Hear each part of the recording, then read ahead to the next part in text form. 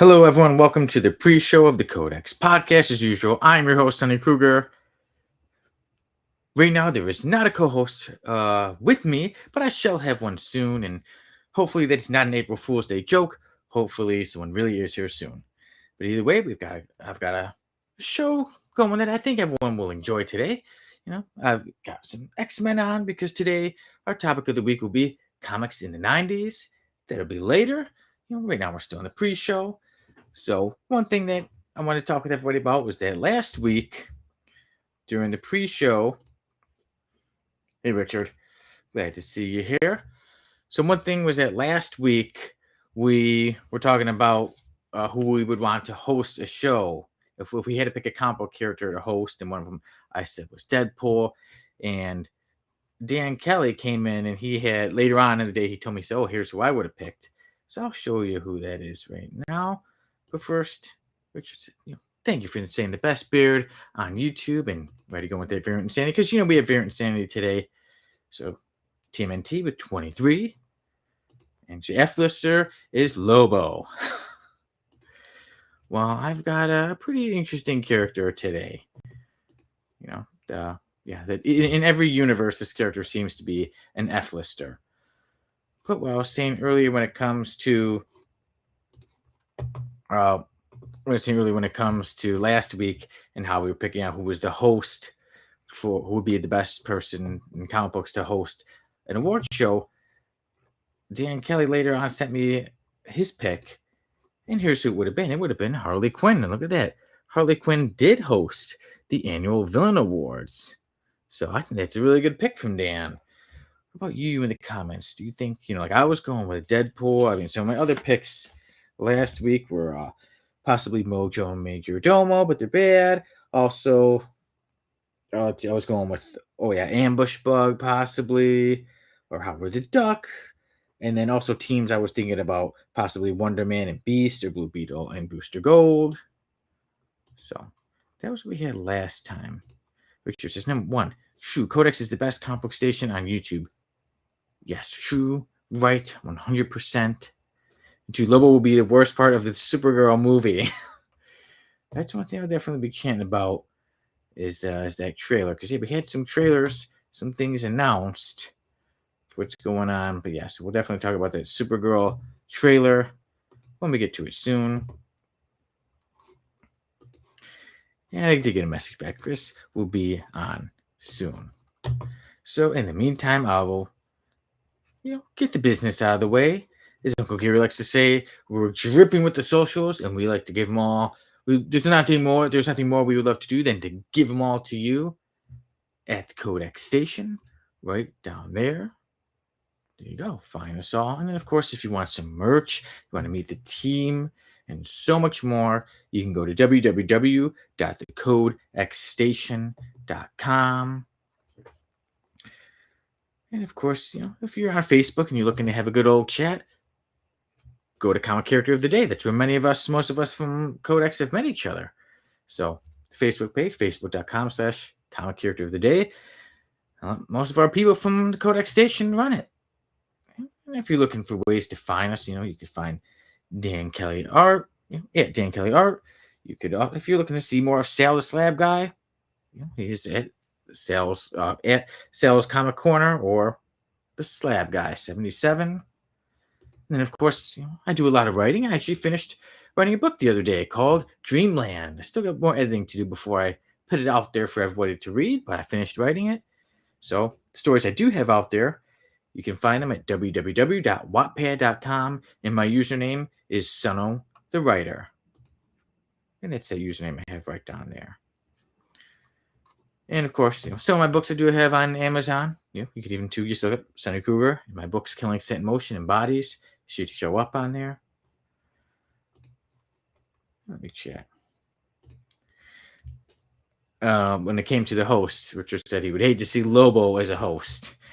I think many of the characters that would be there, I think they would hate to see him as a host too, because I don't think he'd be very nice. I think he'd be a very nice host. I think he'd be pretty dang mean. But I mean, for us watching, it might be entertaining for us to see or read. If anybody in the chat, feel free to let us know what you've been up to. What have you been reading lately? For me, what I've been reading, I recently read Dark Crisis on Infinite Earths. I read the whole thing within like 2 days. So it was an entertaining one. I went through one issue after another. And then I'm also currently reading the book, The Island of Dr. Moreau. Crazy how that was written in 1896. 130 years later, here I am talking about how I've read it on a podcast. I wonder what H.G. Wells was thinking. I don't think he ever would have thought, hey, in 130 years, there'll be a thing called podcasts, and people will be talking about reading The Island of Dr. Moreau. And then, let's see what else we got going for everybody today.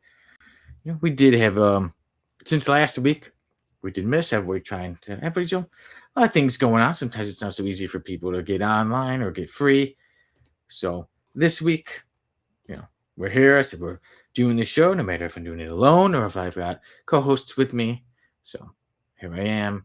And so when it does come down to Variant Insanity, I'll did provide me with the information from last week and this week. So this week will be a double dose of Variant Insanity. And then, of course, when one thing happens and we miss a week, then the news is always full of news because there's last week's stuff, there's this week's stuff.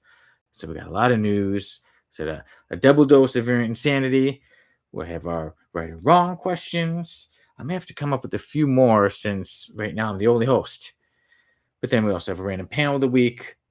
And then that one's going to go with the topic of the week. All I'm going to say is the random panel, it's titled Zip Your Zipper. So behave. And then we'll go on to the F list. This character has gone by multiple different names. So we got that going on. And then, wait, there we go. There's my co-host. Hey, man. There you are. What's going on? Just hosting the show. There you are. I totally biffed the time.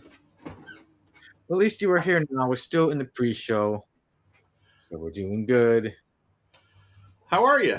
You look good. Thank you. I'm feeling good. I'm feeling excited. How are things going with you? We're a quarter through the year. Amazing. So yeah. we've survived a quarter of 2026. Yeah. Having a hard time with my left knee swelling up every once in a while, but I'm doing all right. Yeah, I saw the other week you were telling us, yeah, so hopefully the knee doesn't give you so many problems. I'm getting old. Yeah, I'll be blessed to get old. I've still got it's a long time before I get old. But the years will fly by, I'm sure. The Reaper's right behind you at every moment. Yeah, it does seem like that. There you go. Richard does say hi, Chris. Hey, Richard, what's up, man? He's enjoying himself. He's awesome. Yeah, Richard, you're always there, always from the beginning. Yes, as soon as this thing started. He's certainly loyal. Yes, that's right. So we love having our fans. We love having everybody watch, having comment, and even for those who don't comment, we still love having you around. Love having you watch the show and see how things are going. And Chris, one thing I was saying was that last week, our topic of the week was which comic character we would have host, or 2 weeks ago, who we would have host a show. And I was saying, like, I'd pick Deadpool, and I was talking about how Dan, after the show, he sent me this, that he would have Harley Quinn. Oh, that's cool. Yes, I guess that was, in the comic. Yeah, she hosted the annual Villain Awards. That's great. Who would you like to see? Who do you think would be a good comic book character to host an award show? Wow. None of them really have the charisma of the Joker. It's going to be interesting. He's the obvious answer. So let's go Creeper. There you go, Creeper. Hey, Creeper is in the entertainment industry, so. Yeah. Yeah, he gives away an award every year for, superheroes who are actually journalists. And, no one actually shows up because they'll give up their secret ID if they make a reservation. Yeah. Well, who knows? Maybe one day someone will be like, you know what? We're gonna make a comic book where the character does show up. The Creeper. I wonder when we'll see more of the Hey, Creeper. Scourge of the Underworld is great, but it'd be Yeah. a short show. It's very interesting that you mentioned Scourge of the Underworld because something with later on in today's episode happens. We'll be talking about Scourge when we get to that F list. I love him. He's awesome. Taking out a bunch of F listers I see, and it's like was killed by Scourge, was killed by Oh yeah, Scourge. he was doing your job in the Marvel universe. He was just going from place to place, killing off D-listers. Man, anyone Before there was Sonny Kruger, there was Scourge. with a goofy gimmick, dead. Yeah, I'm like that. I'm like that's one that I've got to add to my list. I'm like, there's certain comic books I'm gonna be, certain ones that we have I still haven't read yet, and then certain ones that I need to add to the collection. And Scourge of the Underworld is one I need to add to the collection. I was reading Cap when he was on his rampage, throughout Middle America. Yeah. So you would you recommend it? Recommend I put that high on my list to read? Mm-hmm. Good. It's a great read. I can't remember who was writing it at the time. It may have been Englehart. I'll have to see, but yeah. So I can check. Sure, yeah. Because so that one, like I said, there's certain ones I'm thinking about getting into. I want to get the Supergirl one. I want to check out or Woman of Tomorrow because I want to see that story before the movie comes out. Yeah, that movie looks great. Yeah, I'm excited about it. So there's that. There's a Peacemaker tries hard. I think I'm going to get that one soon. And there's a Vigilante and Eagle comic I want to check out. So there's always just so many comic books, and you want to check this one out, then you check that one out, and then you find out about 3 more you haven't read. Mark Grunwald. Mark Grunwald, okay. Hey, Boosh. Boosh, what up, man? Right, Boosh, my boy. So I would have to check that out. Scourge the Underworld. And I do recommend reading this. I picked these up. Let me make you a bit bigger. There's me bigger. So is that red? Okay. Absolutely read these if you get a chance. They're fantastic. Gary recommended them, and he's never wrong when it comes to comic recommendations. He's usually spot on. And I've seen well, no, not more of a recommendation, but more of when you guys have to pick out some of your top 10 lists. I love some of your picks that he can't stand. I love Gary with all my heart. That's why I do that to him. So you got to, yeah. Let's take that little knife and just twist it a little bit. With Doiby Dickles, I know he hates. For some real pop. Yeah, with the Inferior 5. Oh yeah. Yeah, so check those out, everybody. Codex, the Codex Station is now having top 10 lists. Like top 10. They're a lot of top fun. 10 characters. Yeah, they are a whole lot of fun, and we get to look at characters and just talk about them. And good fun. There's a lot of audience participation. We encourage everyone to make up their own list and let us know throughout the show, and it does really well, I think. Yeah, and I see that people even in the comments they do make their lists, so I like to see that. Yeah, they're fantastic. Really you all are. We do appreciate you being part of the show. Absolutely, we couldn't do it if no one was watching. Well, we would, but what would be the point? It'd be very different. Like, look at that. See, Richard says, "Yeah, Woman of Tomorrow comic was amazing." See, I always hear good things, so I do got to check that out. Soon. Speaking of soon, I think I'm ready. Are you ready for the show? Oh, I'm ready, sir. All right, let's get to that promo. Let's get to the intro that Sale made. I said, Sale has everything to do with this. It wasn't me. Tonight on the Codex Station podcast, the host, Sonny Kruger, will be played by Sonny Kruger. No multiverse variant, no clone saga, just Sonny Kruger.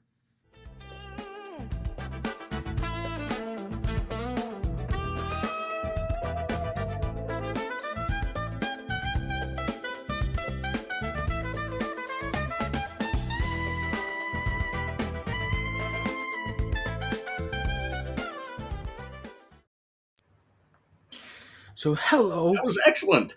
Yeah, I guess. I think Estelle does a great job with this. I really enjoy that one.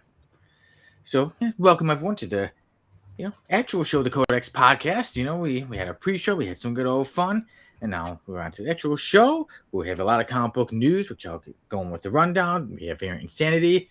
Since we didn't have a show last week, we'll have the past 2 weeks of which comic book had the most variants. So, we got that. We got our right or wrong. I've got some. Chris has got some. And then the random panel of the week, I call it Zip Your Zipper. You'll see why. And then the F lister will be a character that went by many names. And hey, earlier we were talking about Scourge of the Underworld, and this character came across Scourge before. Oh, did he? And did not have a nice encounter with him. Yeah, most people don't. Yeah. Not a good time at the bar with him. Yeah. And then our topic of the week, we'll be talking about comics in the 90s. So, some of the good, that's why the episode is the good, the bad, and the pouches. So we'll be talking about it all. The 90s. Wow. It's extreme. Everything was extreme. Oh, yeah. So, and every different kind of cover. Alternate covers were everywhere. The muscles out to here. Oh, yeah. The variants constantly. The muscles out to here. Oh, yeah. The pouches. Boobs out to here. Oh, yeah. We're not complaining about that one. But yeah, so that'll be our topic of the week, which we will get on to at the top of the show. So right now, I'll start us off. We've got a lot of comic book news, so we'll start us with the rundown.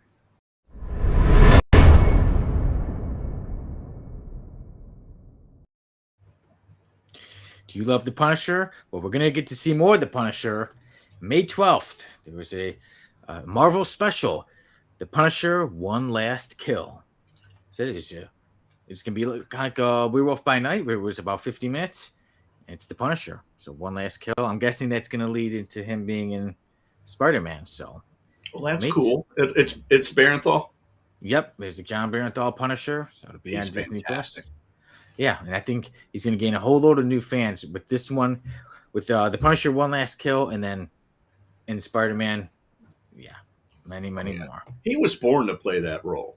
He's perfect in that role, I think. Yeah, I think he's a great Punisher. Yeah. And then, before Boosh had said, what up, Snoop and Sonny? Doing good. And then also, Boosh said, I loved a lot of the extreme 90s. Yeah. Yeah.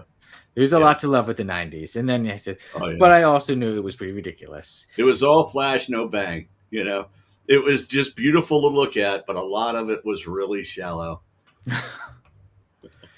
There's a lot. I'm very excited to talk about that. That's why last week when we didn't have an episode, I'm like, no, I'm still going to keep that subject. We're still going to talk about it. And then, Bush agrees. Bush is the Punisher. He is the best.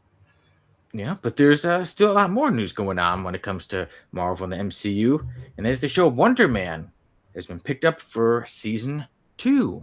Awesome. Yes, I still got to see seen it. Me neither, but I know Uncle Gary watching. He's the huge Wonder Man fan. He said even though it's really different, he said he still enjoyed it. So good. Keep that in mind. Yeah, if someone because that's the thing. Sometimes when you care about a character so much, that's when sometimes if it's different, it can really throw you off. But he said he still enjoyed it. Well, that's cool.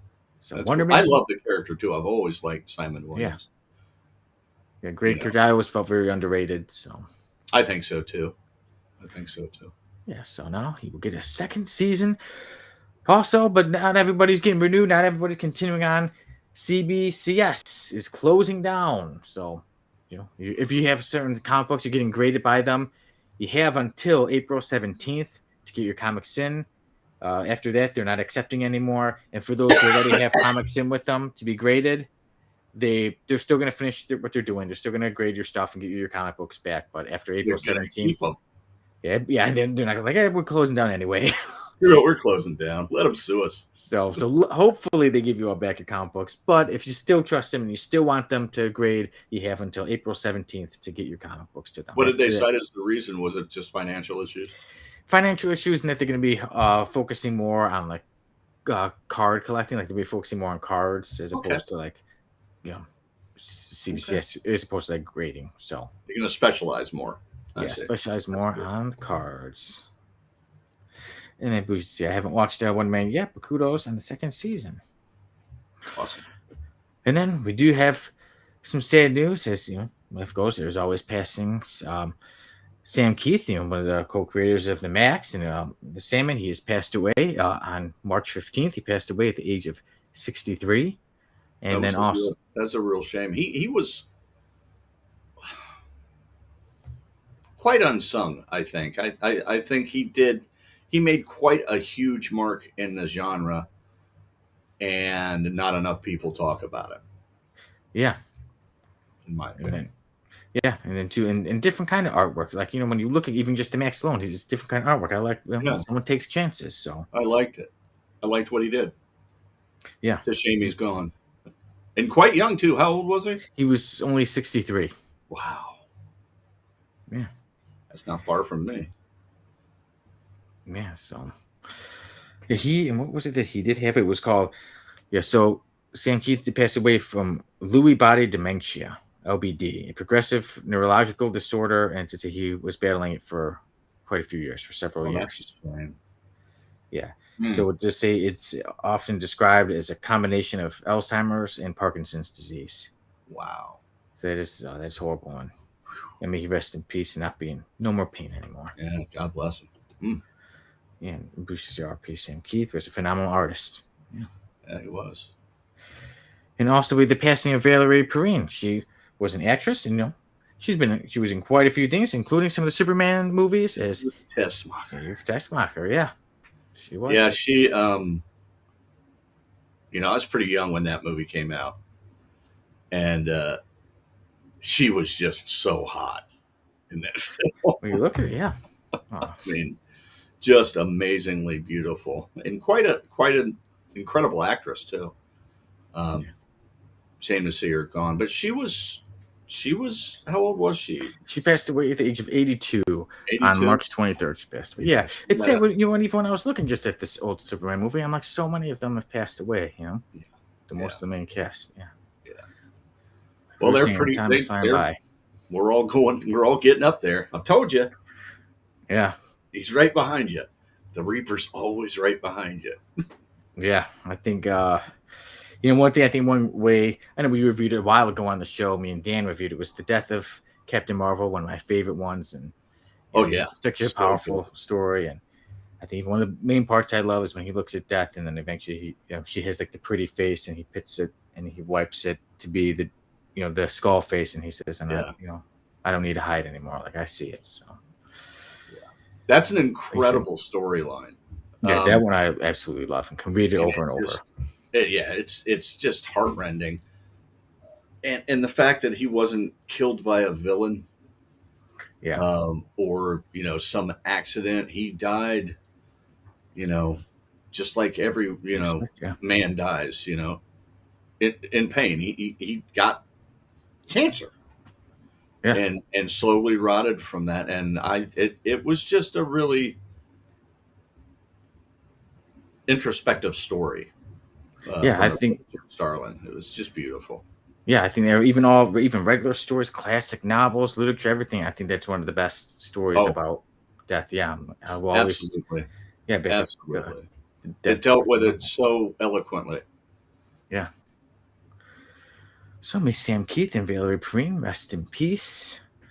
God bless. And then, we do have some good news. And that is when we were wondering about What If. What If is turning 50. Wow. So What If turning 50, and with that, it's being celebrated. So there'll be some more What If variant covers for a lot. Like I saw, like an X-Men's going to have like a What If Rogue was the Sorcerer Supreme.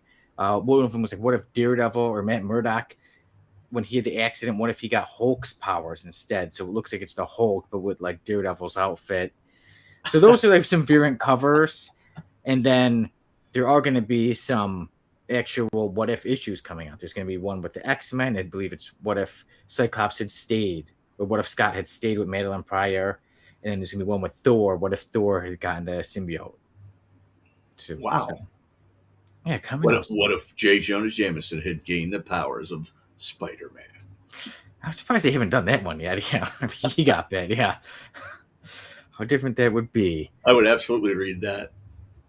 I had a dream. Pictures of Spider-Man.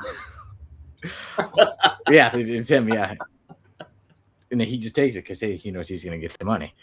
I had a dream not too long ago. Dreamland. In Dreamland, I got bit. There was like a bunch of crocodiles and alligators around. One was huge, like walking around like a huge giant.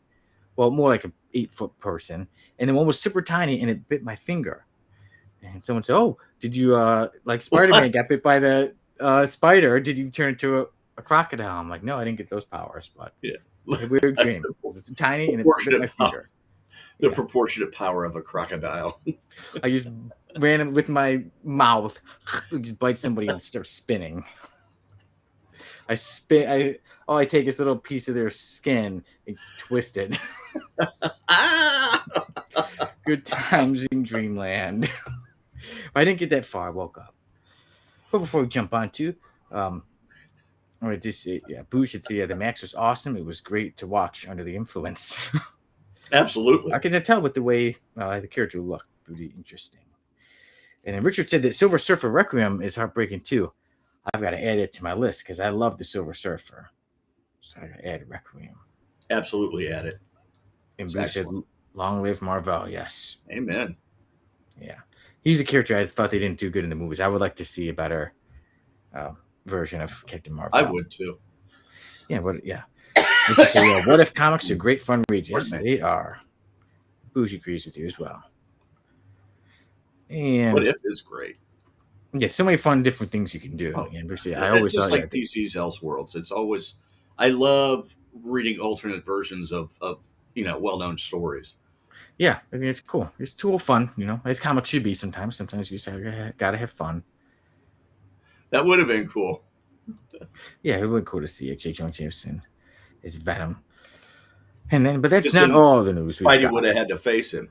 Oh yeah, and I think he would have really been like, you know what? I'm not holding back any punches. He would be like, I'm letting it all out. Yeah, don't need to hold anything back. It's Venom and it's J. Jonah Jameson. Yeah, he beat him so bad. Even when he sees his face, he'd be like, nope, he's too far gone. I've got to go in all the way. And then, there were some trailers. We did say there was a Masters of the Universe trailer, and then, like earlier, we were talking about the Supergirl trailer. So, Masters of the Universe come out this summer, and Supergirl as well. Supergirl comes out June 26th. So, like I said, I've got 2 months to get and read that book. I could pull it off. I may be kind of a slow reader, but I can read that. You can do it. I think I believe in you. Yeah, I think there's only 7 or 8 issues, but yeah, I can get through it. You'll barely make it. Maybe we'll see. Who knows? Like I said, with life, and how fast time goes by, I'm like, okay, let me start this thing off, and then I'll look and be like, guess what's coming out next week? Yeah. The trailer looks fantastic. Yes, I did like that new one. Yeah. I feel like it's a very John Wickian story. Yeah, cool, fun, and Richard says that Masters of the Universe looks fun. I think it does look very fun. Now, I know there's somebody that Richard earlier in the pre-show, he's not too happy about Lobo. That Lobo is going to be the worst part of it. Let me find it. That'll be awesome. I know Richard does not like Lobo. No. Hates. But hey, I don't think he'll pull. But would DCU version Lobo count because that version technically did not kick any cats. That's true. Yeah. That's true. Yeah. Supergirl looks so good, except. Uh-oh. Yeah. We know. But yeah, and that comes out the day before my anniversary. It will be 10 years ago. On June 27th, it will be 10 years ago that I met the love of my life, who became my wife. That's awesome, man. Congrats. Yeah. Thank you. Yeah, so 10, like you said, time flies by. I'm like, it does. It's been 10 years ago that we met. Yeah, so when people talk about, like, let's say dating, I'm like, I've been out of that game for a long time. I think it's very different now. Before you know it, you'll both be eating pudding together on the front porch. Smelling like Ben Gay and Geritol.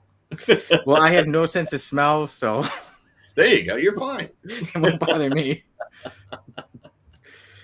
And then Richard said it didn't kick a cat yet. So we'll see.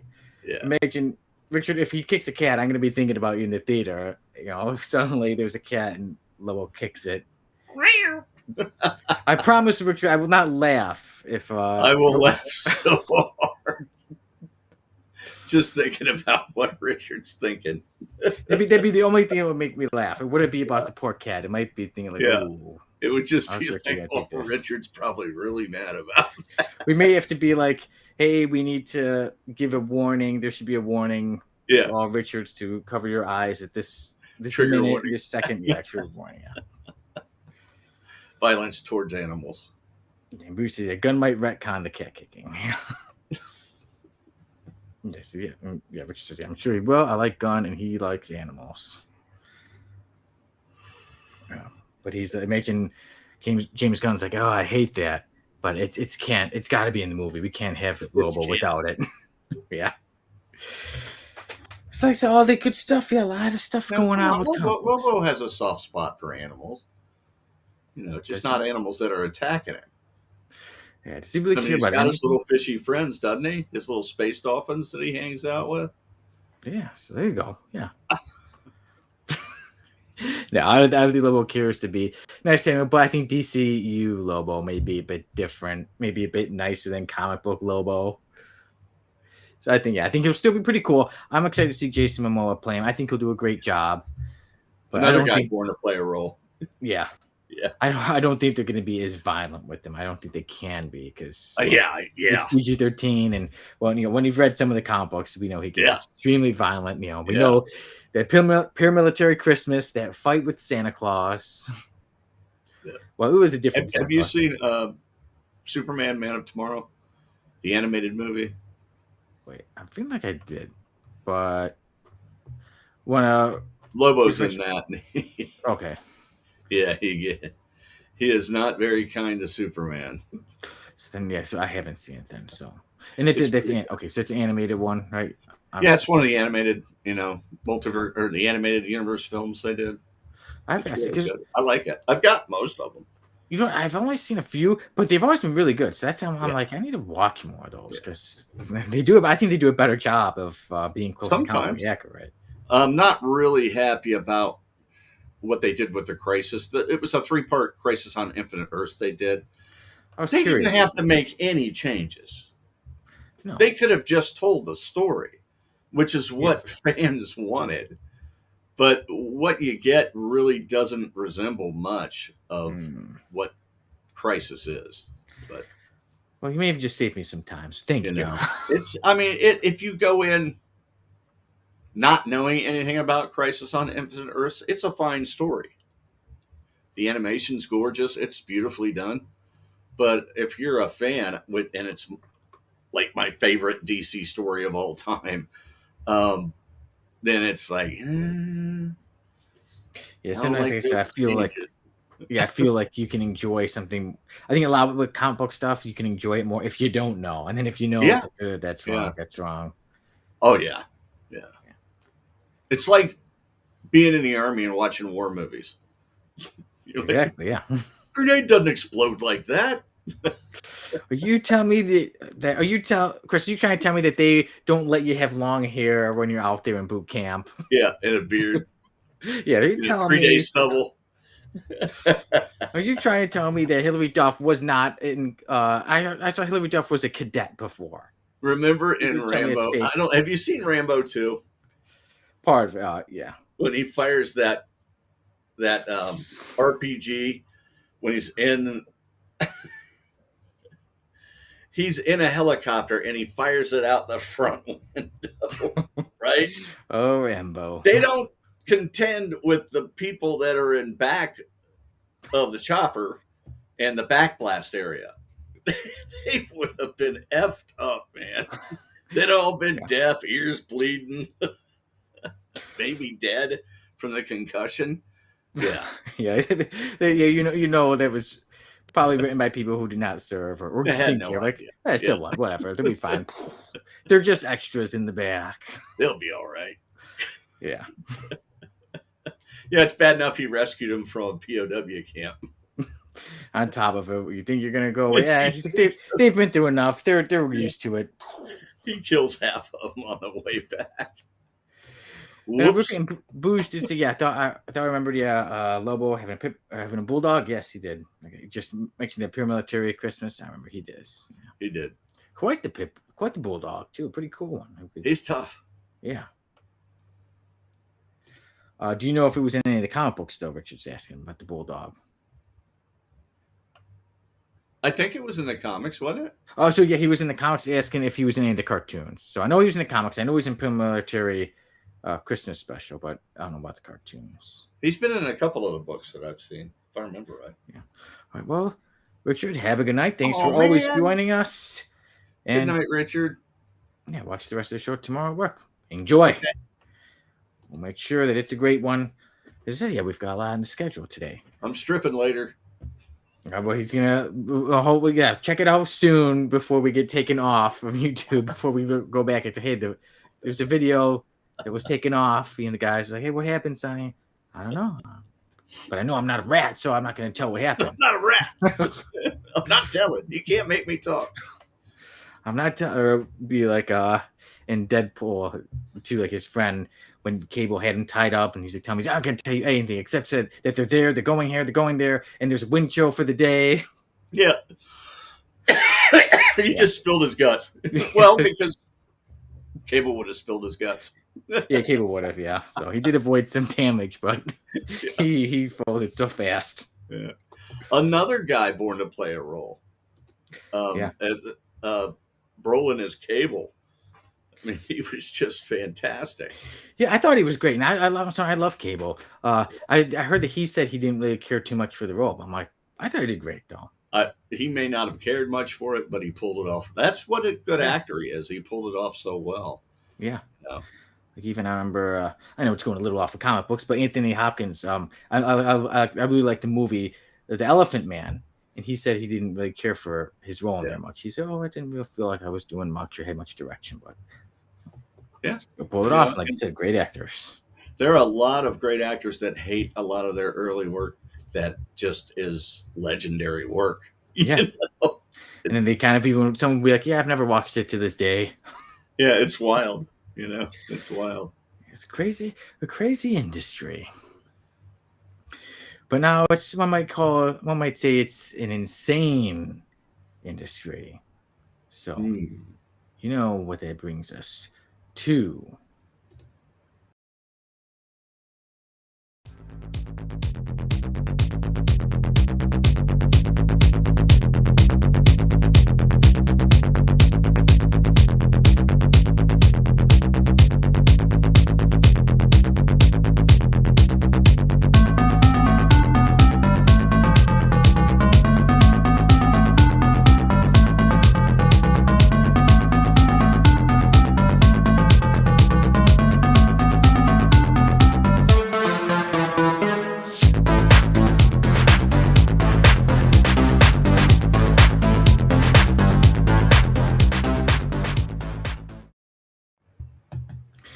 You know what it's time for? Variant Insanity. So, this week, last week we didn't have one, so I'm quickly going to go with asking everybody as to what they thought had the most variants last week. Before I tell you, and you have some time to guess, Bouchard said, yeah, I thought he was a good Cable as well. Wish the Hex movie was a little better. Me too. So, what comic book do you think had the most variants last week? Last week? Yeah, last week. Last week, I'm going to say Thundar the Barbarian with... wait. Last week? Yep, last week's one. Would be the Spider-Man Superman crossover? It would actually be exactly what you said. Yep.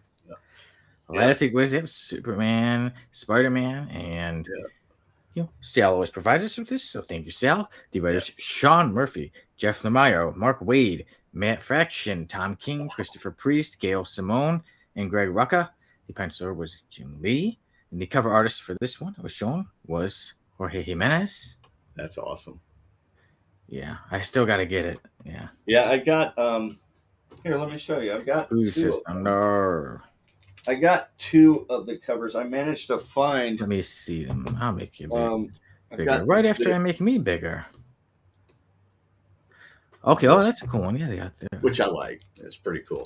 But I managed to find this one, which was pretty hard to find. Been to several shops, but it's a wraparound. I was just about to ask you, like, is that a wraparound? Because for some reason, for you. So. Oh, that's an awesome one. Looks pretty good.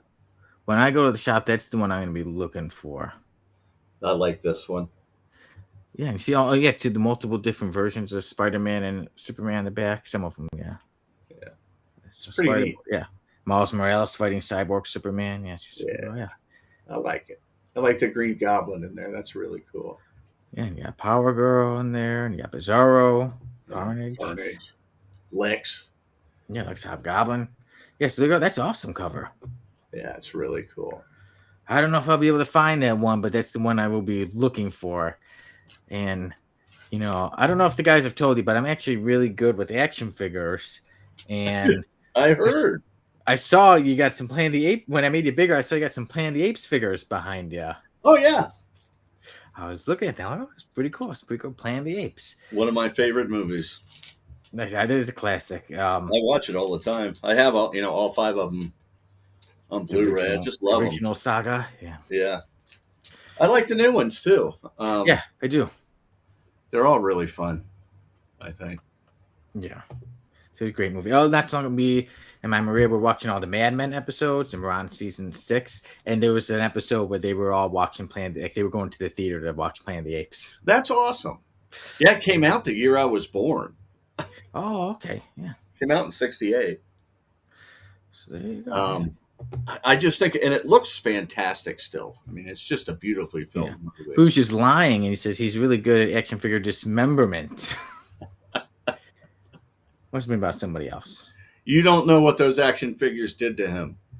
You haven't heard Sonny's side of the story.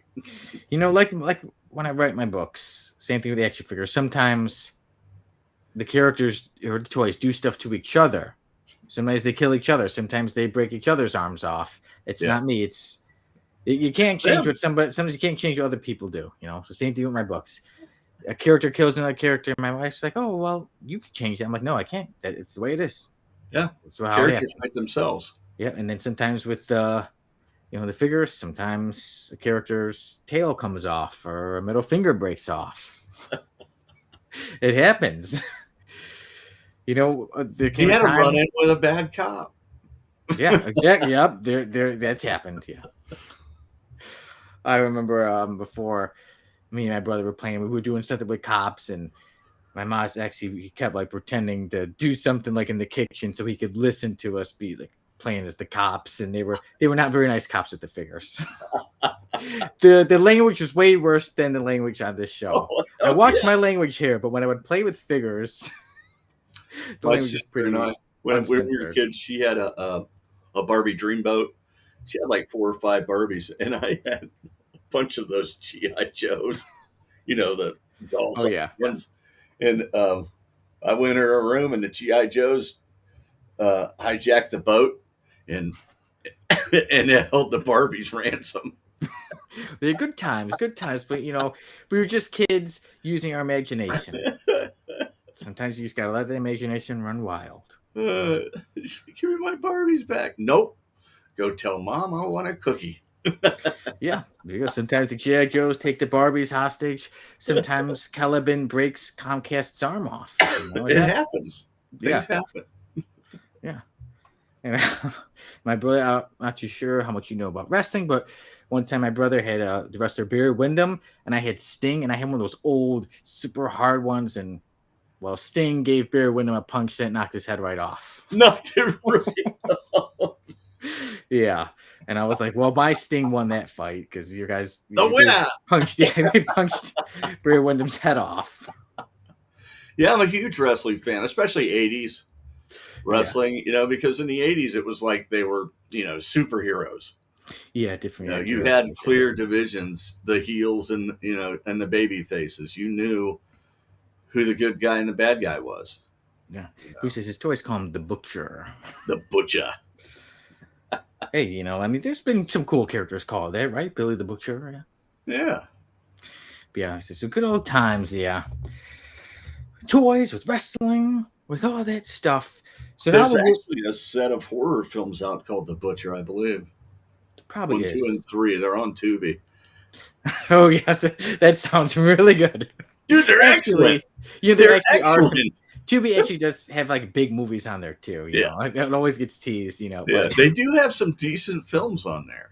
Yeah, one time I was looking, and I was like, "Oh, this is a regular movie, and like some big movies, some classic movies even too." I'm like, "Okay, those are on Tubi as well." So. Yeah, it surprises me, and they've got some nice television shows on there. Like Good Times and Barney Miller, which I love. All in the Family. So they've got some decent stuff on there. Nothing real new.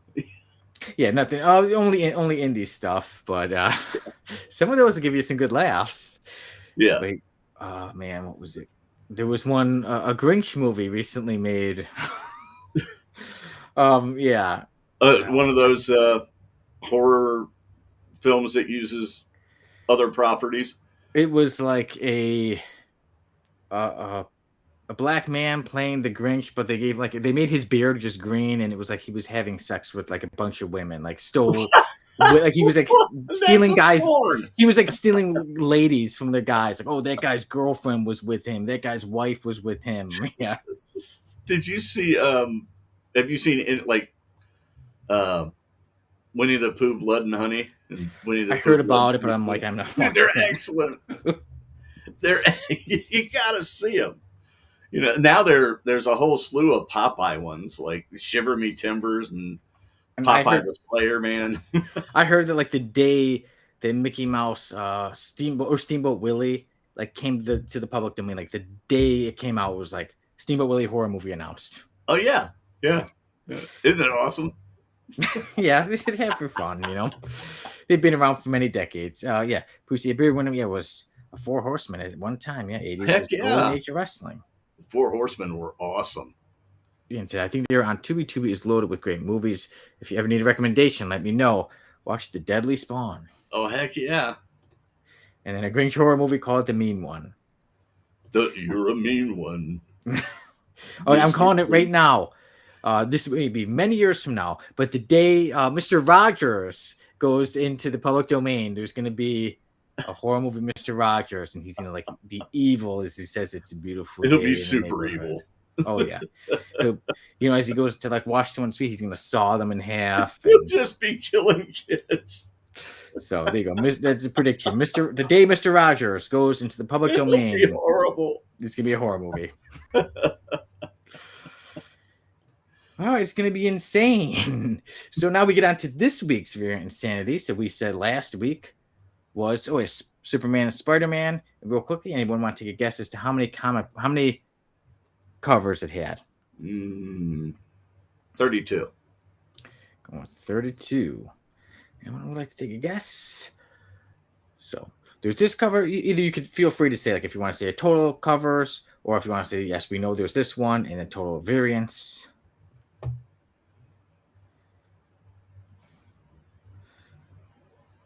Yeah, and Boo says, yes, Snoop, if you like those movies, you should dig Wolf Cop. Part 2 isn't as funny, but still good. Oh, dude, I'll check them out. Speaking of that, Boo says 27 for this one. So, speaking of interesting characters like Wolf Cop, what was it? When you guys were doing the top cops or detectives in comic books, I like Dan's pick of, what was it, Axe Cop? Axe Cop, there you go. Yeah, it sounds like an interesting story, Axe Cop. Yeah. There's a set of films, it's a trilogy called Maniac Cop, and I've heard of that. It's awesome cheesiness. You gotta watch it. Bruce Campbell's in it. Okay. Not so long ago, I saw someone that said Bruce Campbell, he is the king of like indie. Oh, yeah. There's indie films, yeah. He saves every movie he's in. I mean, he's in some really bad films, but they're good because he's in them. It makes them, yeah.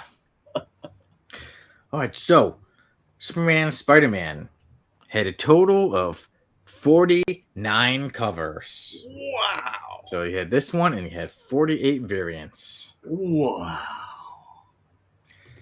And now it's time to guess what had the most variants this week. Earlier, Bruce was saying Thundar. Are you still going with Thundar for this week? Thundar was last week, wasn't it? So I can't tell you too much. All I can say is, well, I'll give you the exact answer. Let me see. I don't know what came out this week. I wasn't paying attention when I was at the shop. There were some comic books with superheroes.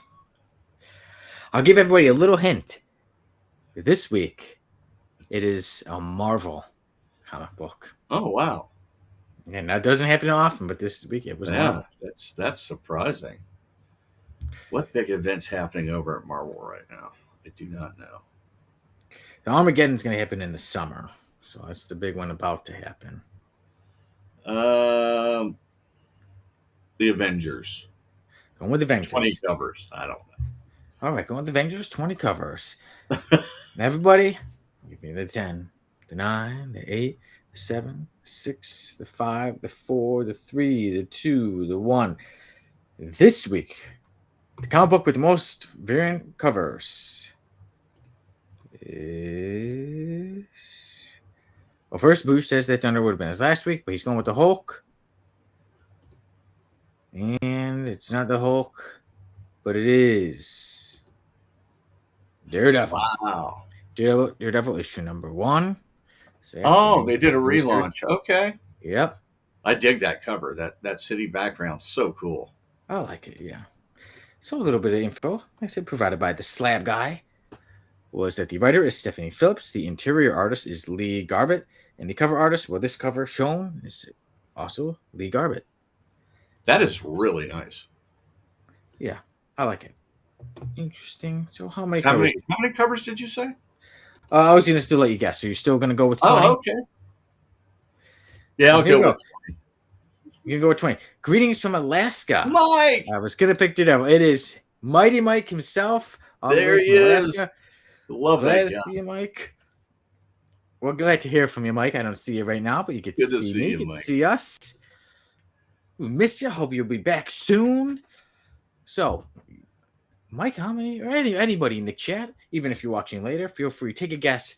How many covers do you think Daredevil issue number 1 had? Chris, Minister of Sinister is going with 20.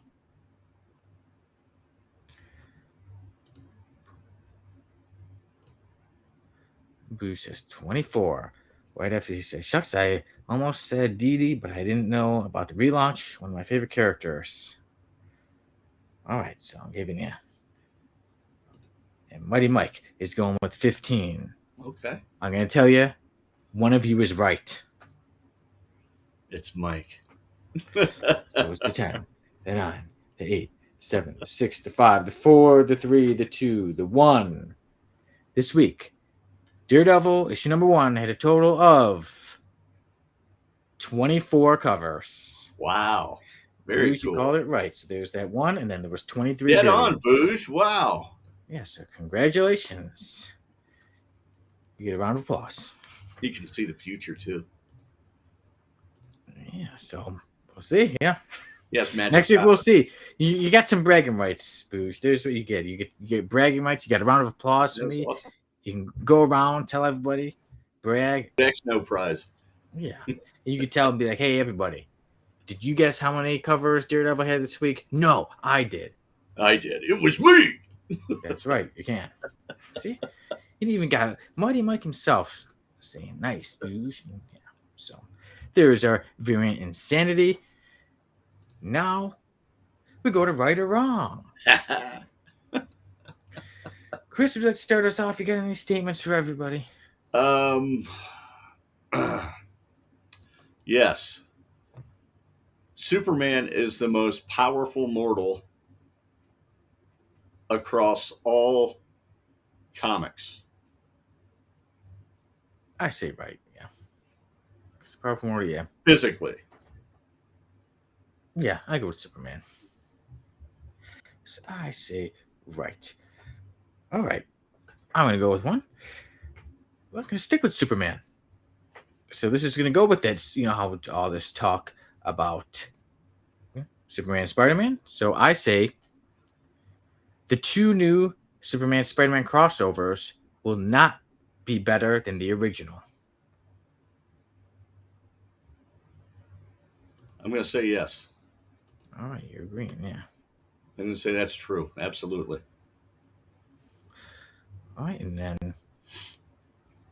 for the first one, Boo said you were right, and Mike says wrong. It's the Sanctuary. That'd be Sentry's a Superman knockoff. That'd be one interesting fight, though. That'd be a fun fight. And I still, being an X-Men fan, I would still like to see Superman fight Gladiator. My money's on Superman, but just because, It'd be fun. Yeah. And visually, a really cool fight. Those two costumes. Yeah.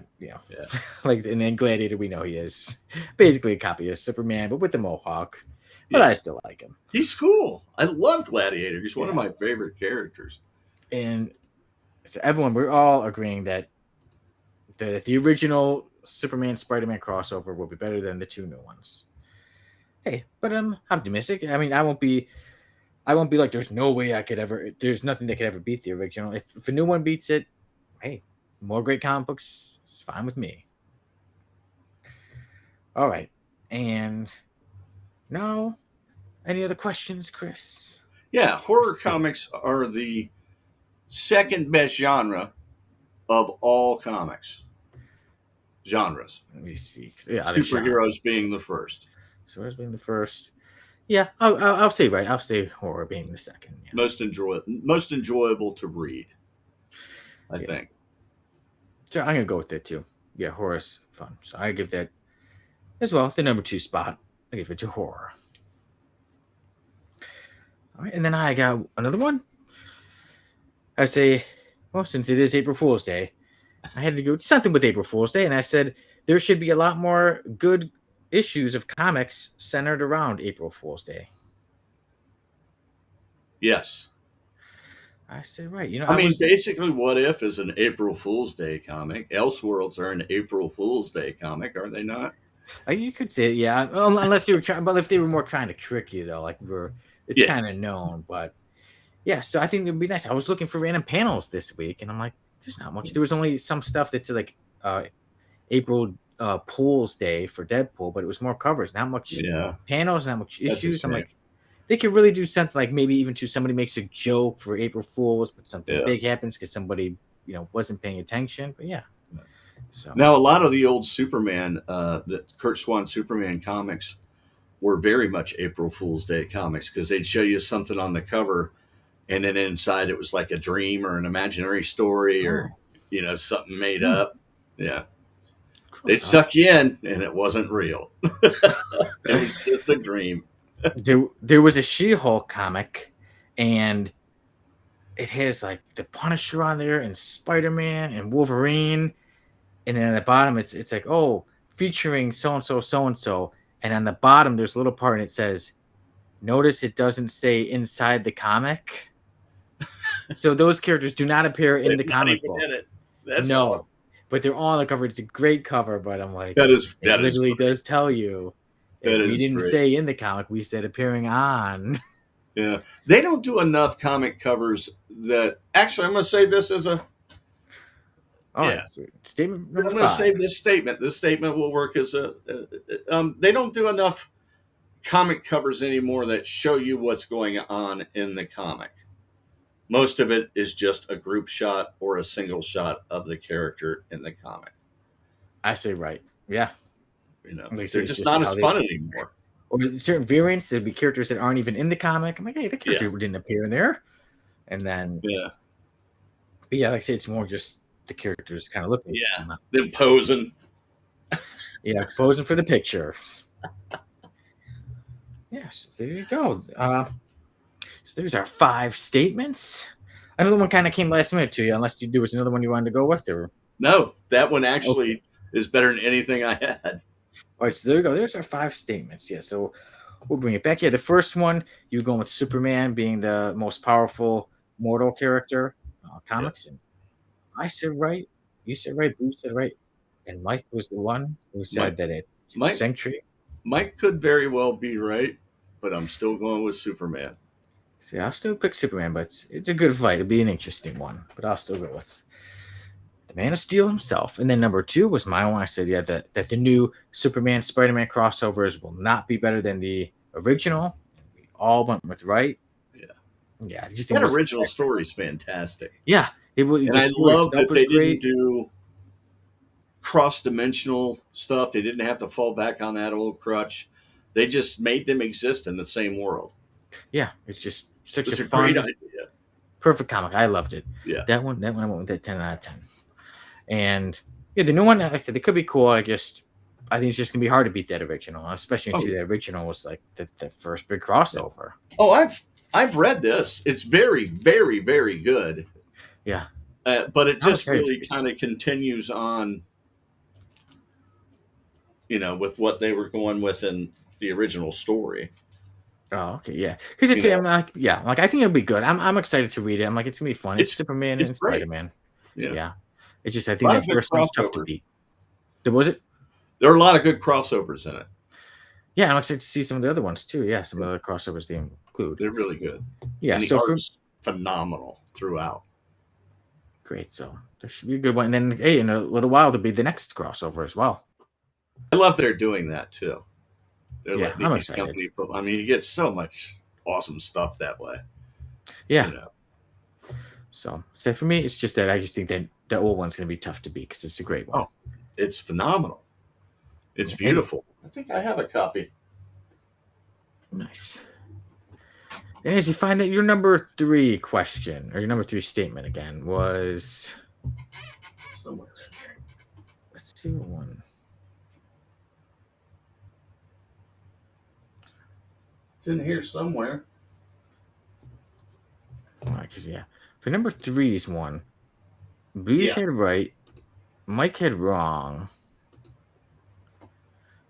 Was your number 3 statement? It wasn't about horror. That was the 5th one, right? It was about the comic covers, not. Okay. Yes, about the comic covers. Yeah, so I think that I'll find it later, as soon as the show ends, you'll turn and it'll be right there. Yeah, we'll turn right to it. Okay. So we did say the comic covers. Or was the third one the horror one? Oh, it was the horror one. Okay, so you were saying that it's the second best. The second best genre of comics. So I went with right. You went with right. You said right, but Mike said wrong. Okay, what do you think it is, Mike? Mike is going to say war comics. Oh, okay. Yeah, because maybe True Romance. War comics are awesome. Yeah, the other day I was looking at that. The DC Finest, one of the ones that Mike showed not too long ago, is one of the ones is like one of his favorite comic books that gets him in like feeling good. And I'm like, yeah, I was looking at that. And the war comics are just fantastic. Yeah, I love them, but I just have a big affinity for horror in all of its forms. And there's so many great comic books out there. So like I said, even anybody, feel free to let us know what you think are some of the best genres. Yeah. What's your favorite genres of comics? Favorite, second favorite, seventh favorite. Yeah. I'd like to hear it all. And then my other statement was there should be a lot more good issues of comics centered around April Fool's Day. And we were saying true and right. Yeah. Yeah. And then like we did say some comic books have tricked people before. Like I said, some of the Superman ones. I said that one She-Hulk issue, but it'd be nice if there were more that kind of centered around the day of April Fool's Day. Yeah, it'd be neat. Plus, it'd be a good selling point because every April Fool's Day, some people might say, let's do something. There aren't enough horror movies based around April Fool's Day. yeah. Horror movies, except we're horror. They've done every other holiday.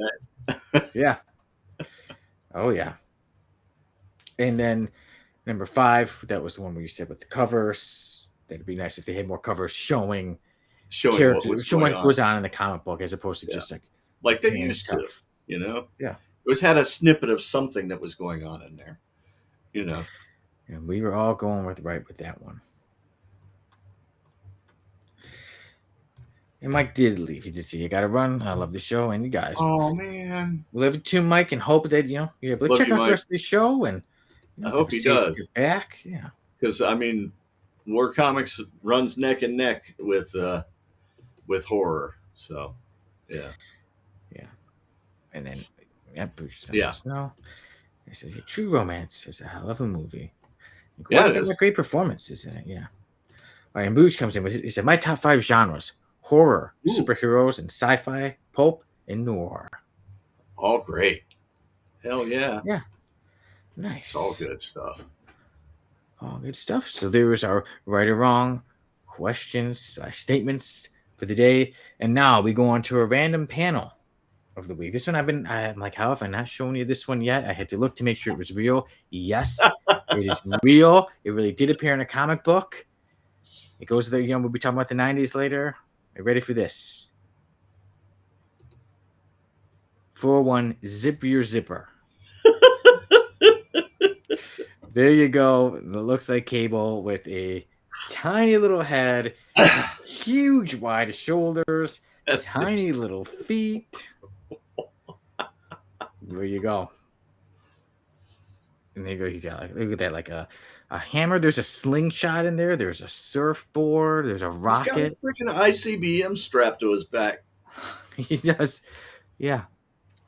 So there you go. It looks like Shatterstars, like swords back there. I was like, wait, how did I find? One day I was like, how did I find this? So I searched, and this is real. This did appear in one of the Marvel swimsuit issues. Oh, that's fantastic. So I was like, what? I'm like, okay, we're talking about the 90s. You know what they're making fun of? Typical 90s. Tiny feet. Rob Liefeld, tiny feet. Rob Liefeld did a commercial for 501 Jeans where they ask him, "So you're the creator of X-Force?" And he's like, "Yeah." And then they keep showing pictures of the X-Force guys behind him. That was an actual Levi's 501 Jean commercial. There you go. Now and this is a rip on that. I think that makes it, knowing that story makes it even better. Yeah. 401 jeans, 401 Zip Your Zipper jeans. And there you go. Yeah. That's fantastic. We technically can't see if Cable did zip his zipper because he's got that huge gun in front. Hey, well, how many cattle do you think they used to make that set of pouches on his leg? Oh, yeah, they left. What was that one? That's at least two cows. Yeah. It is. And then make all the pouches he has behind him. Like I said, look at all this stuff he's carrying. He literally has a rocket behind him. My goodness. There's no way he uses that board. There's no way he has the balance to use that board. How does he stand? I mean, with those feet and yet those muscles. That is fantastic. Yeah, he skipped leg day forever. What is going on? His thighs are very strong, but just the bottom half. What's up with that? If he stood up, his legs would break. He's like a watermelon on 2 toothpicks. Yeah, those ankles, they're about to snap any second now. Yeah. So I said, what better episode to do it than today when we're talking about the 90s? Yeah. Show you this 4-1. There are absolutely compression socks in his future. And I'm sure he's got them. He's traveled to the future, but please, that's great. Please, God, just don't let people look like this in the future for real. Like, please don't let them look like the arms that strong and the legs that tiny and the head that tiny. That'd be a crazy future I wouldn't want to go to with people just carrying rockets and surfboards behind them at the same time. And a slingshot. Yeah, I definitely think he's going to need a slingshot. That is fantastic. Yeah, and I do dig the absurdity of art. Yeah, it's crazy. And I like that with all those weapons, he has the peace sign on his left arm. Oh, shit. Yeah, a tattoo on his metal cyber arm. That's even funnier. It's probably just Sharpie. Yeah. Yeah. So there you go. One of the perfect pictures. Or he fell asleep and someone tagged him. Yeah. They're like, yeah, if he tries to get up, With he's some just gonna paint. fall. If he tries to get up to grab us, he's just gonna fall over. Yeah, you can't catch us. Yeah, we may shoot a rocket at you though. Oh, that's great. So That is nothing if not entertaining. Yeah. So there you go. Yeah, you're right. He's got that slingshot, and then he's got the ping pong paddle. He's just gonna, yeah, With you're right. He the doesn't little rubber ball on the string. You're right. That is. Yeah, I don't know why he needs that, but he's ready for everything. That's for putting out eyes. Yeah. In close combat. He's ready. Yeah. Bruce says surf Nazis must die in show a movie. Highly recommend. Is it as entertaining as this picture? And also those hands. As strong as he is, it looks like he can't reach the trigger to that gun. Oh no, he's not going to be able to. Perfectly, like I said, perfectly absurd random panel of the week. 401 Zip Your Zipper. That gun looks like a muffler. Because it's just so huge.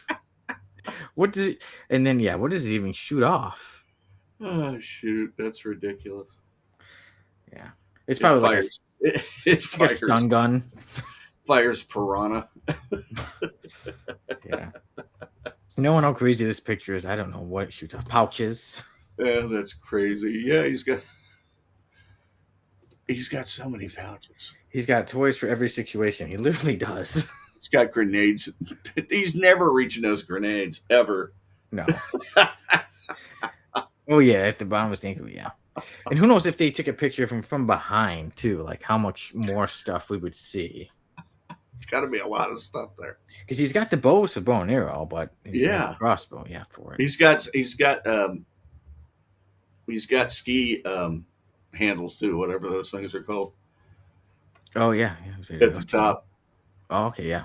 I wasn't sure if that was for like fencing or not, but yeah, that's for skiing, and he's got a samurai sword. Yeah, there you go, and a randomly big hammer. Yeah, so.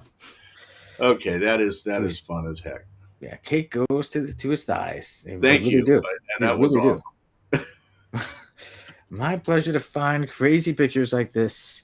So remember, you've got to see that commercial. You have to watch it. Now after this one, you created X-Force. 401 Zipper. Oh, and you know what? I was glad that I was able to shed some light on that. Yeah, so they just made it even better. And Chris, are you ready? We're not even done yet because now it's time for a certain list.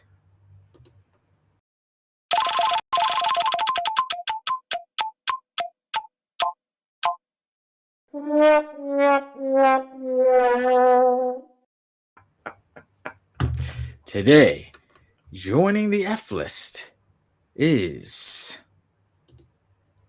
the Ringer, sometimes called Strike Back.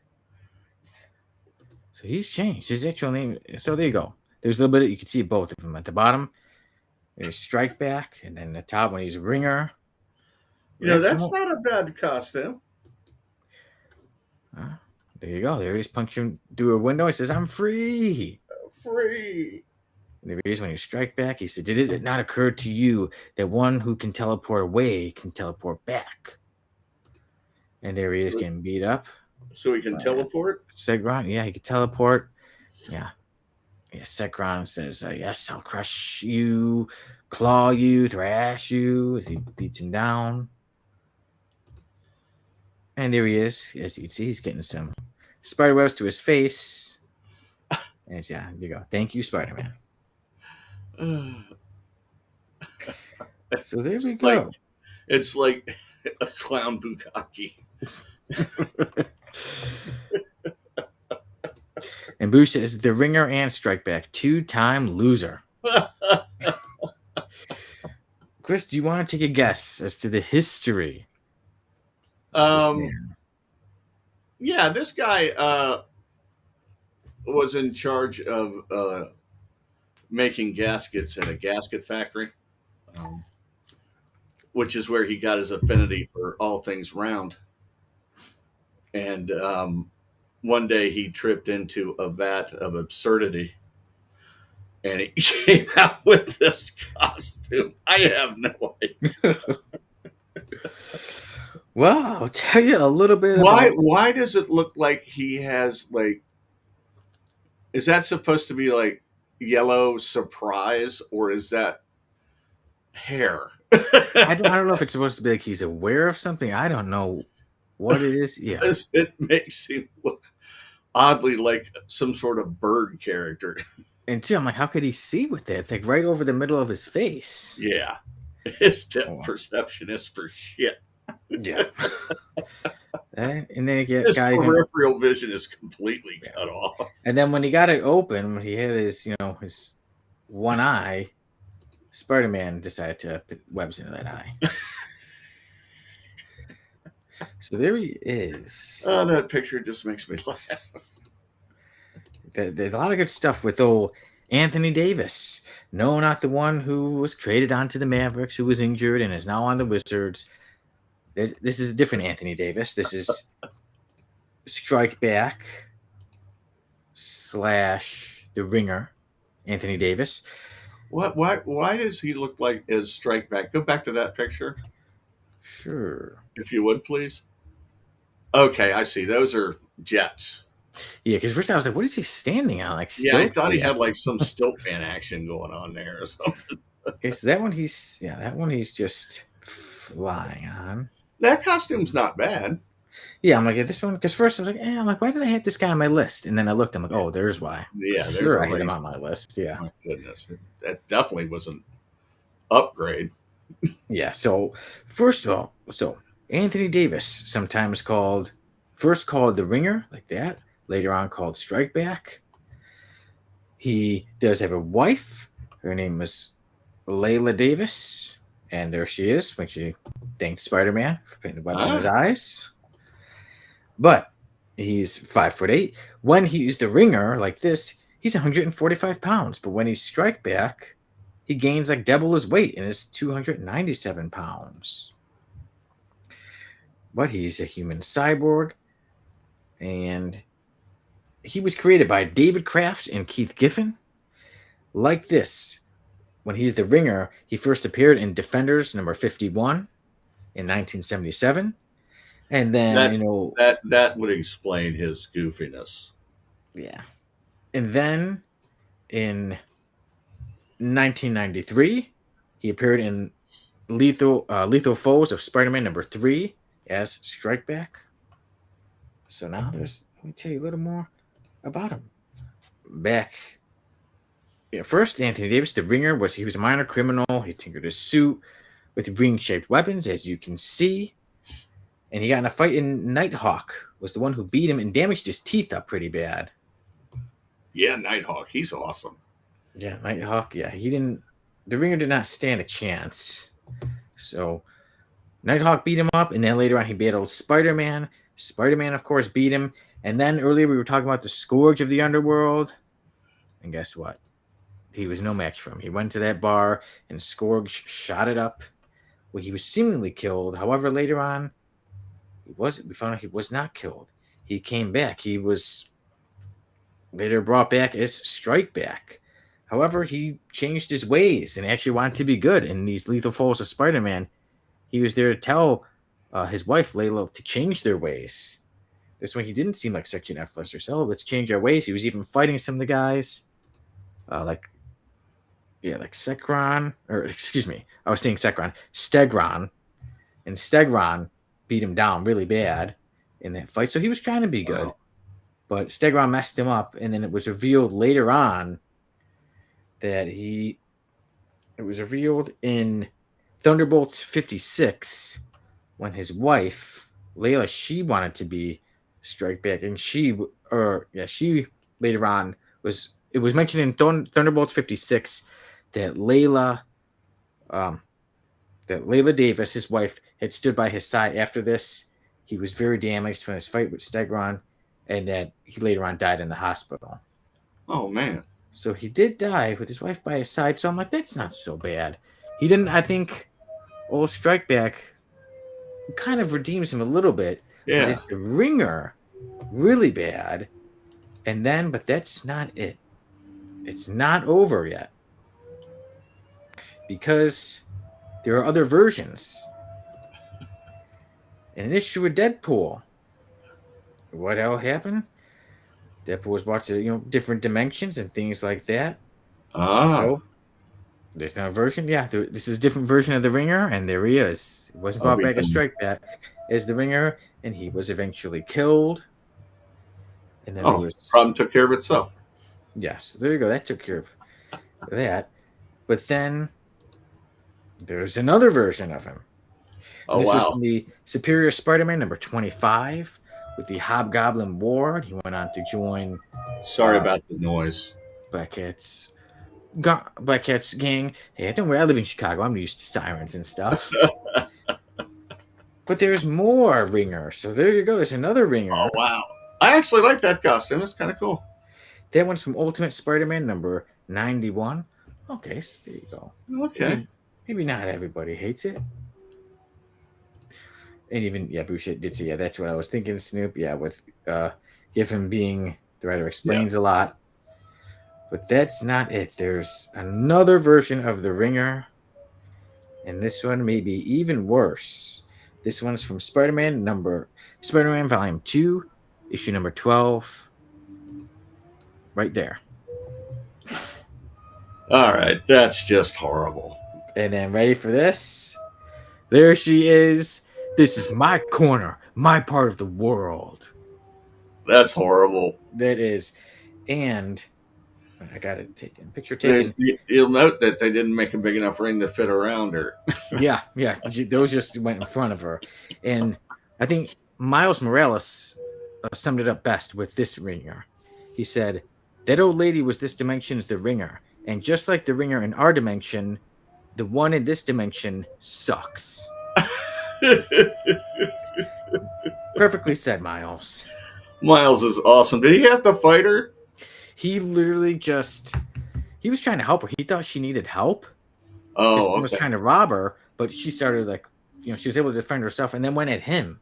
So he literally just used his webs and he just grabbed pots and pans and threw them on her. That's all he had to do. Throw some pots and pans on her. Oh, goodness.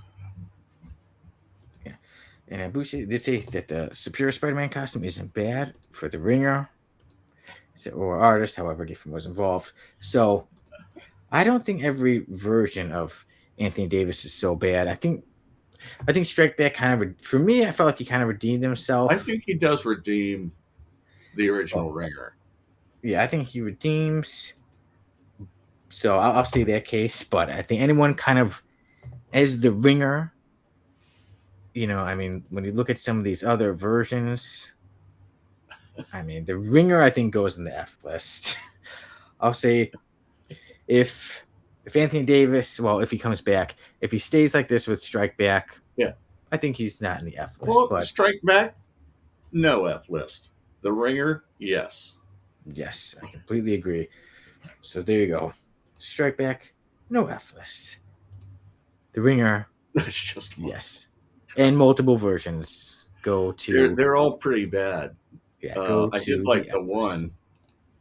I like that one because that one's actually pretty mean looking. I think that one's actually pretty cool too. Yeah, not the coolest. Not going to call it the best character, but a little different, a little mean, a little intimidating. It's something Del Toro might do. Yeah, a little intimidating as opposed to fighting this character. Yeah. Go back one. This one? That's horrible. And that one was ready for a gang war. That is just warriors come out and play. It's just awful. To think, he was in a war. There was a gang war between the Hobgoblins, and then Black Cat had a gang, and there he goes. He's ready to fight. This guy's ready to defend you. Looks like they stole the Human Bombs costume back there. Yeah. And Boosh did say I can agree with that. Save Strike Back. So Strike Back, just pretty good. The Ringer, F list. Deservedly so. You should never leave the house looking like that. No, and make sure you can see. I mean, I don't know how he went out there. He's going to get hit at the first crosswalk he goes. Yeah, I don't even know if he's going to be able to get in a fight. He's going to even right there. It actually looks like he's dropping a box. Yeah, and the wall's broken behind him, so maybe he walked into the wall because he can't see. Walked right through it. He's dropping whatever he's supposed to hold. He's just fumbling all over the place. I go to jail more because of this costume. Yeah, so at least he eventually changed it. That one on the right there is not horrible. I used to think too many rings, but yeah, not the worst, but not the best. And like that one, like you made a good point when you said none of the rings go around her. Yeah, that's just ludicrous. So I think advice for anybody: do not, if you want to be a supervillain, do not name yourself the Ringer. Yeah. Regardless how different you're gonna be, you're going. And don't make your costume a fur. Yeah. I mean, her costume is just a fur and a belt. Yeah, hey, this is her corner. But make a real costume, lady. I think with this panel, the jokes kind of write themselves. Yeah, she says this is her corner, her part of the world. She is rings coming. Yeah. Well, there you go. On to the F list. The Ringer goes.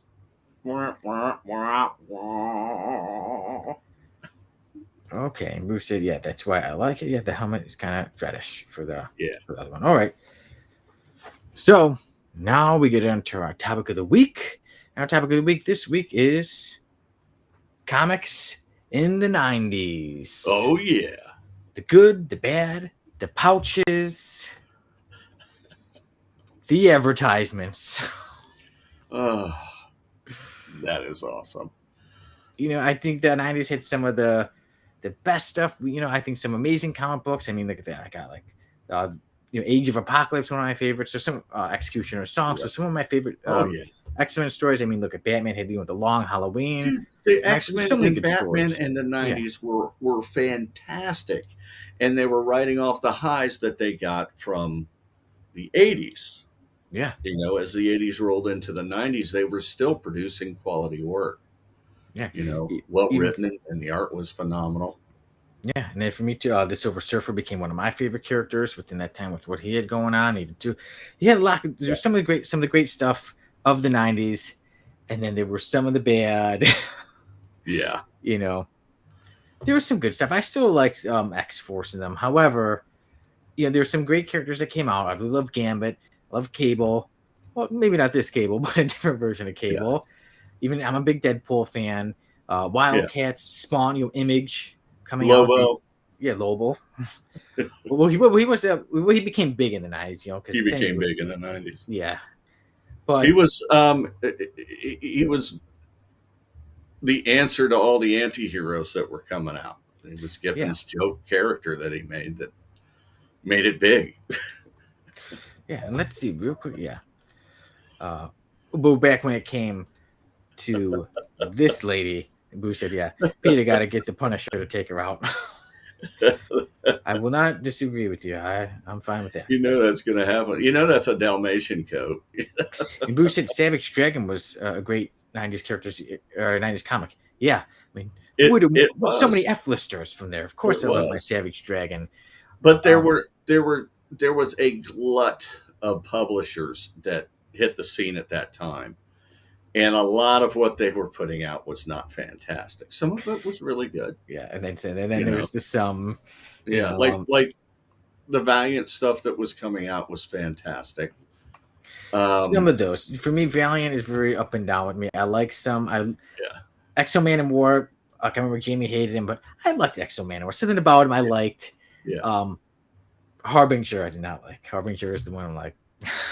It's the one I didn't care for. Yeah, I get it. What was that other company that came out that Shooter was running at the time? Defiant. Okay, Defiant. That was fantastic. They had excellent run of a few books, but he had to go to court with Marvel over the use of Warriors of Plasm. Marvel lost in court, but ultimately Shooter lost because, he didn't have enough funds to keep that company going, Yeah, so which is a shame because the work that came out was phenomenal. Yeah, so I said there was a lot of great stuff, great characters, and some of my favorite stories. And then even too, I got this not too long ago. It was like the 1990s handbook. Awesome. It's a fine one. So it just mentions certain characters, certain ones cool. Like Yeah. some of them like this may be an F list. Let me look more into the. There's Sleepwalker. There's Darkhawk on there. I always like Sleepwalker. Yeah, Vengeance. I like Vengeance. I thought the whole Rise to Midnight Suns was great. Oh yeah, loved it. And then, who was it near the? And Extreme is a very. He's one of the epitomes of the '90s. Extreme, right there. He's got a baseball cap on with all his weapons. Yeah. A pretty cool story to Extreme. I think they could do a lot more with him, but I think having the baseball cap on with the many weapons is one of those '90s thing. Yeah. Bruce said Vertigo Hellblazer. Yeah. And he says, I take a rip every time I say '90s. Yeah, but there's a lot. And then, of course, too, the animated, well, it was more like the animated series. I know they're not comics, but let's say X-Men, Batman, Spider-Man. Those were the top. I still think the top. They were hitting their stride. They did a really good job. Yeah. Now, the X-Men did really well in the 90s. I can't take that away from them. But you had a lot of companies, like I said earlier, that were just coming out with beautiful work. But Image, the work was beautiful. Yeah. But some of the stuff was pretty shallow. And and what we were saying earlier when we said, the guys, the huge muscles, the women, everyone's walking around with big breasts, Hey, maybe we don't mind to see, but I mean, it is very shallow when you really think about it, Yeah, I mean, and the stuff looked good. And those artists certainly defined, like, Silvestri and Lee and Liefeld and Larson. Those guys defined the artwork of a generation. There was truly a generation. Yeah. So they drew everything. Yeah. And speaking of Eric Larson, our own Dan Kelly had a great interview with Eric Larson. Yes, so check it out on our, on the Codex Station. It's fantastic. Yeah, so he got it done. Dan Kelly stayed determined. He got it. So congrats to Dan getting us, one of our biggest interviews on Codex. That's really cool. That is really cool. Yes, sir. So there's so many things with the 90s. I'm interested, what people thinking. Oh, like I said, okay, huge muscles was one, and like our buddy Zipper Cable, the pouches. And they made a lot of strange changes in that time period too. Yeah, with the Aquaman with the hook arm. I mean, that was late in the 90s, but that was near the end of that. They started killing off heroes left and right because, the death of Superman was so big. When did that was happen? A big one. Yeah, was there early? I believe it was early. I feel like it was early 90s. I believe so, because I know that's when Steel and them made their first appearance, but I believe that actually I think the exact year that happened. It says 1992. So yeah. Yep. So there you go. Again, another one of the biggest stories in comic history was that one. And when that happened, they realized the kind of money they would make if they killed off superheroes every once in a while. So throughout the 90s, they'd kill off heroes and replace them with someone else for a while. And then it was just weird. Like Bruce said, Larson, was great drawing. Oh, yeah. And two, also, Spider-Man artist. Speaking of Spider-Man, I mean, he got some cool villains. Carnage being one of them. Yeah. In the 90s, yeah. Oh, yeah. One of his best villains. So. Oh, some really cool stuff happened in Spider-Man in the 90s, too. Yeah. With the exception of the Clone Wars. I was just going to say, aside from that, but there was good stuff, yeah. Yeah. What was the whole... Ben Parker. The whole series they were doing with, it was Venom and Carnage, and I can't remember what it was, but it was a long crossover between all those books. Maximum Carnage? Maximum Carnage. Yeah. That was excellent. One Epic Collection over not on screen. Yeah, I have one. I have one too. Yeah.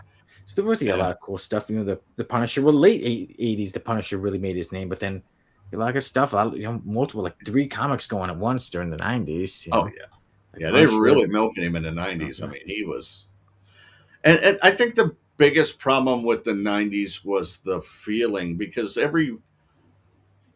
once the Dark Knight hit, that was when anti-heroes started getting big. Well, everyone started being an anti-hero. Everyone got darker and grittier. And the days of the days of the, 4-color fantasies had gotten a little dimmer. So I think the 90s epitomized a lot of that. Yeah. That dark, gritty hero, which is why Lobo became so popular. Yeah. That dark, gritty hero that, may or may not kill a villain, and it I think went a little too far. You mean you weren't fine with Superman with guns, the Hulk with guns, Captain America, Batman, everybody with it just started getting a little too. I think gone was the hope, replaced by anger, Yeah, and yeah. Bruce, like I did say, Superman had a great cartoon in the 90s. He did. Yeah, very underrated show. Yeah, but yeah. Like I said, it really, like I said, the hope of it in the 90s was kind of gone. It was all let's be edgy, let's be super muscular, and like I said, when everybody started getting guns and shooting, wait a minute, why does this character need a gun? Yeah, you had to be, that ultra tough, Clint Eastwood. It was weird. It was, like I said, it was weird. It was wonderful. I think God, I grew up in the 90s. I'm glad I grew up in the 90s. It was a very interesting time for comic books, for the world. I mean, it was, so I got to see some of the world before technology and phones, and here read this comic book. Sure, I'll read it right now on my phone. I mean, sometimes it's cool. Like it saves you money sometimes to read digitally, but there was a difference of like, we got to go to the store to get it. And did you hear about this? And the craziness of it. Like I always say, there's a certain intimacy between you and the comic book. Yeah. You can feel it. It's very tactile. You can lay down and read it. You can smell it. You feel it. It's very, it's very involved, and it separates you when it's on a screen. Yeah, and there's so many screen times. I spend so much time on a screen. I do a podcast. I'm writing. I love to have a comic book and say, you know what, I'm just gonna open it. It's Take a break screen in my eyes. And then two, when you got that page, that feeling of turning the page and seeing, oh my gosh. Yeah, it's wonderful. Yeah. So, maybe one day we'll have to jump onto some more decades. But hey, that was the decade I was born in. I was born in 1990. It was a great decade. I was in my early to mid 20s at that time. I had just gotten out of the Army. I got out of the Army in 92. Oh, okay. And that's when I came to the U.S. I was born in England, so in 92 I came to the U.S. Yeah. That's awesome. That's fantastic. Yeah. And how long did you serve in the Army, you said? Was 5.5 years. Oh, okay. Yeah. So quite a Did 2 tours of combat. Okay, and the Gulf War? I was in Operation Just Cause in Panama. Okay, in Panama. And then I was in the Gulf War a year after, in 90. Yeah. Do you remember bringing anything with you there? Any kinds of books or I mean, you can't be getting stacks of comics, but no, as a matter of fact, what I had with me in the desert was an unabridged copy of The Stand. And that was all I had. And I read that thing like 4 times. This is my favorite Stephen King story. So it was all I had to entertain me in the desert. Well, there you go. The Stand helped you out. And that's one thing I hope with my books. I hope that one day my stories can be like that, like help people through tough times. And hopefully this show can. It'd be nice if somebody listened to us, whatever you got going on, and you get to listen to us or watch us. And we get to entertain you. We get to show you silly panels. Tarmac somewhere waiting to get shipped out, and you see a silly panel like this, and you remember to zip your zipper, and you're looking at this on your phone, and you see this, and it just makes you giggle. So or you're upset about something they're making you wear, and then you look at and you see the ringer like this, and like, maybe I don't have it so bad. Yeah, at least I'm not dressed like this guy. or this lady. So hopefully, bring you some happiness wherever you are. Before we jump off, boosted. Yeah, I dig anti-heroes, but should be traditional heroes. Every day, though everybody has a bad day. Yeah, everyone Yeah, has a bad day. I agree with you. I like the occasional anti-hero. Picture 95, yeah. Yeah. Speaking of a bad day, in the 90s, Hal Jordan had quite the bad day. Yeah. But hey, it led us to Kyle Rayner, so. They did him dirty, man. I think they did Hal Jordan dirty. I really do.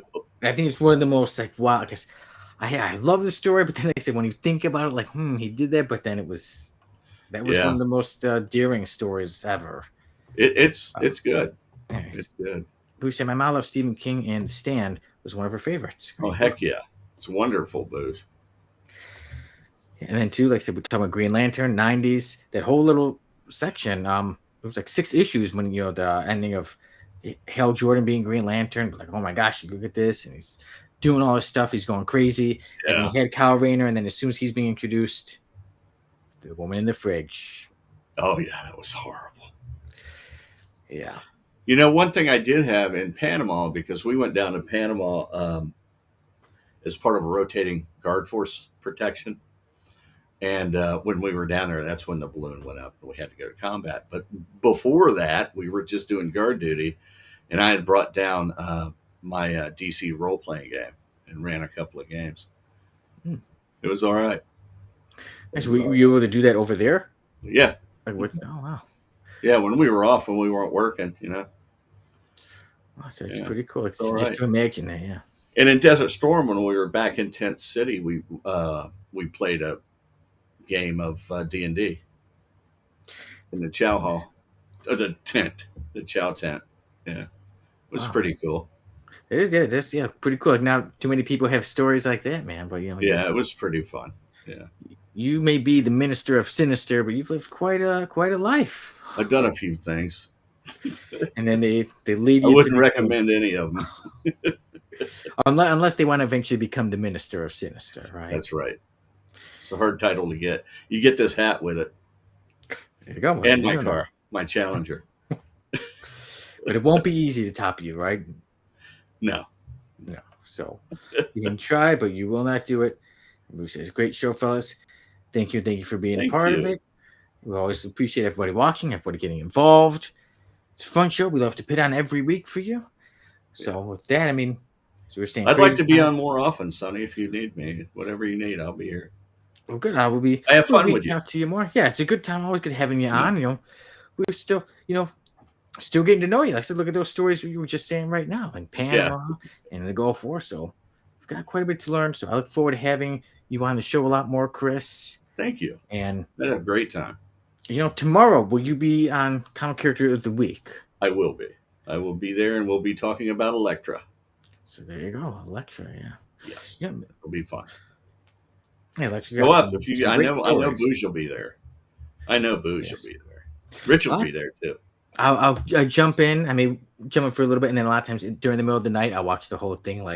After the show, but awesome. I'll try to jump on. Maybe I'll even give you guys some of my favorite Elektra stories. There you go. That'd be great. So everyone, check that out tomorrow. Comic Character of the Week. Do. Elektra, and then I will be back next week.